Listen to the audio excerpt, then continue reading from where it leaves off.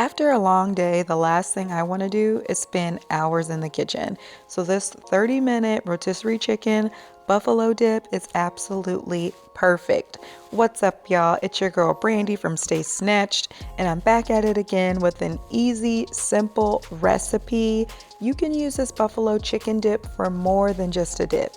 You can toss it in salads, wraps, sandwiches. You can even stuff it into tacos or baked potatoes.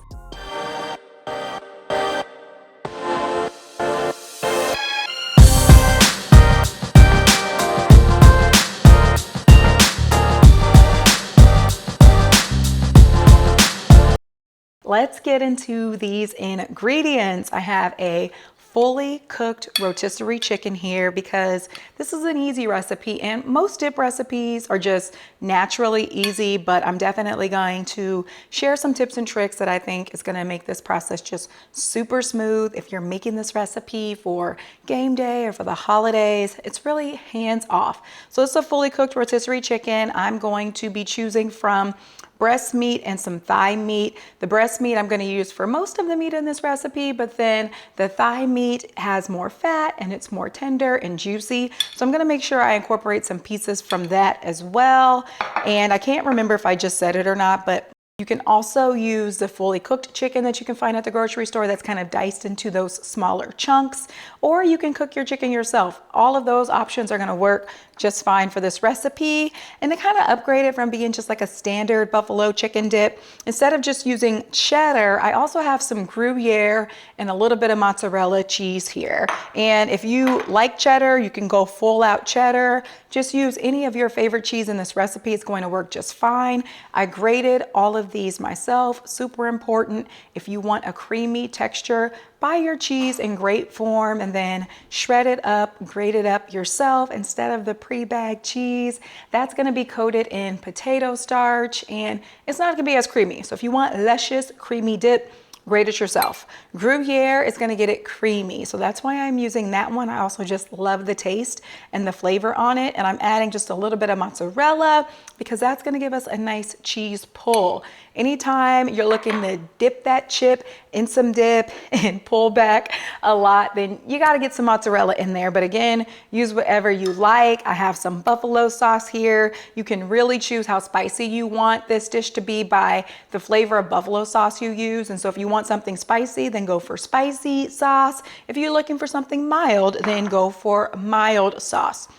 Super important is that you want softened cream cheese. You want it to be at room temperature. If you forget to take out your cream cheese, then you can dice this into smaller chunks, pop it in the microwave, 20 seconds, however long it takes to kind of soften up a little bit. You can also keep this fully intact in the package and then submerge it in some warm water in a bowl for a few minutes, and that's going to soften it up as well. But in order to get this to incorporate into this dish, into this dip, I should say, really seamlessly, it needs to be soft. If it's hard, it's going to be clumpy and chunky, and it's not going to be as creamy. It's going to be so much harder to work with. I have some ranch salad dressing here because I'm a ranch girly, love ranch flavor, especially with buffalo sauce. If you are on that blue cheese side, grab you some blue cheese dip and use that if you want. You can also just completely omit the additional ranch blue cheese. If neither of those are what you're going for, then just leave it out. And I like to season this up a little bit. So I have some ranch seasoning, even more ranch flavor. I'm all about it. And some salt. And so this chicken is pretty well salted. So I'm not going to add any additional salt to the chicken, but I am going to add some ranch seasoning to it just because I want another burst of flavor in there. And also for the dip, I'm going to add a little bit of ranch seasoning and some salt. In general, salt to taste, always season to taste to fit your flavor profile and what you are looking for. But this is all that I'm using, guys. I guess I should mention the pan as well. I have a 12-inch cast iron skillet. A 9 by 13 inch baking dish will work just fine as well. whatever you use for baking. Let's go ahead and get started. So I'm going to start by removing some pieces of chicken from this rotisserie, and I didn't use the whole thing. I used about 20 ounces of chicken here, and then I used the rest to meal prep some chili, but that's a recipe for a different day. I like to focus on the breast meat because there's plenty of it here, but I also like to grab onto some of that thigh meat that's going to be super tender and juicy. I removed the skin, but you can use the skin in there if you want. It's definitely going to add more flavor if you do.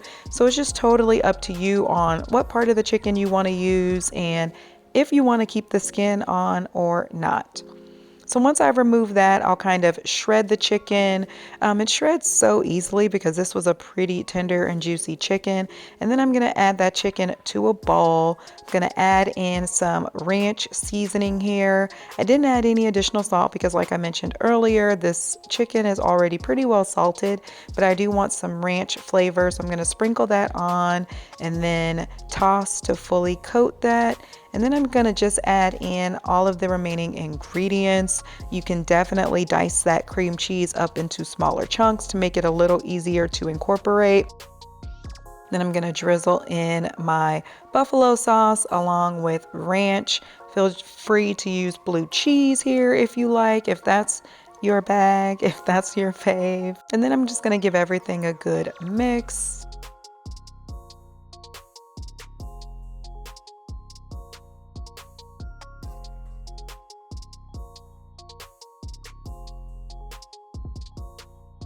And so once I have the liquids combined, I'm going to add in more ranch seasoning, salt and pepper if it needs it, and then I'm going to sprinkle in half of the cheese. I only add half the cheese because I'm going to add the rest at the end because I want a crunchy top for this.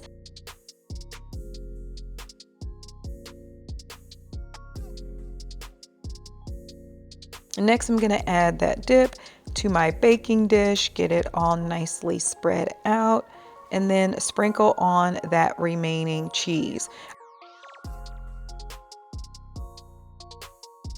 I baked this in a 350-degree oven for about 15 to 20 minutes until the cheese was bubbling, and then I switched it to broil. And I broiled it for about 4 to 5 minutes, and that's just because I like a really crispy top, just like this.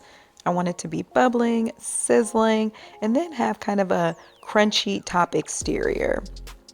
And there you have it, ooey gooey, and I drizzled it with a little bit more ranch.